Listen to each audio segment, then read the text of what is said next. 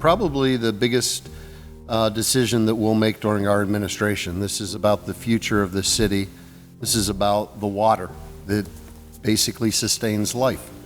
What is the shape for the future, right? What does the system look like for the future that will best serve our needs?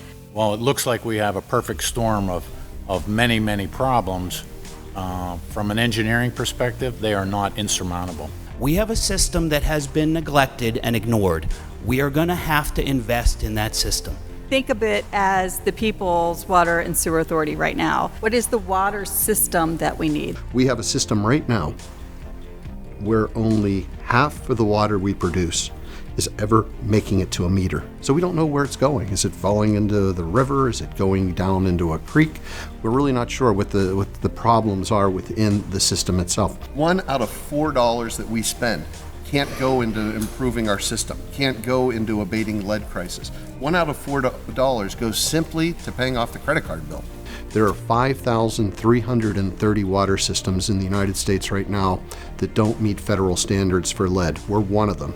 It's not just Pittsburgh and Flint.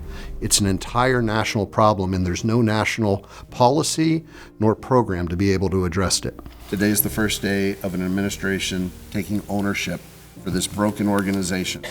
It's been broken for over 20 years and saying we're not kicking the can down the road any further. We're going to solve it. PWSA, the way that it's organized, it wasn't carved in stone. It came about 15 years ago when we needed $300 million to put into our pension funds. So we created this organization that became an authority that then gave $300 million of debt to the city of Pittsburgh in order to be able to fix a hole with our pensions. It was never created to create safe drinking water, long-term investment, the ability to keep rates in check. In fact, it failed at all three under the present structure. Those are the facts.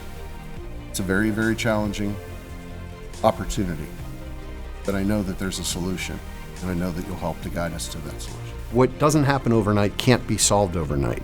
So we need to have a long-term strategy and a capital plan that looks at this in the next 10 years. And we don't want to be able to just tell ratepayers, you have to pay it all. We want to find creative partnerships to be able to lower that cost so we won't force people out.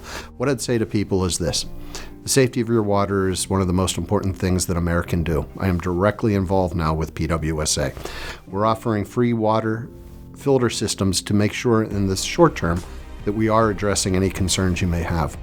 We know through the county health department that the number of cases of lead being traced in children has been decreasing over the past 5 years, not increasing, and that we don't have cases coming from water.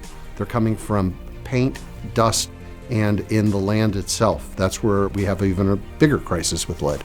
And that we will, by the end of this year, have a restructured PWSA that will be able to address all the issues that people are concerned about.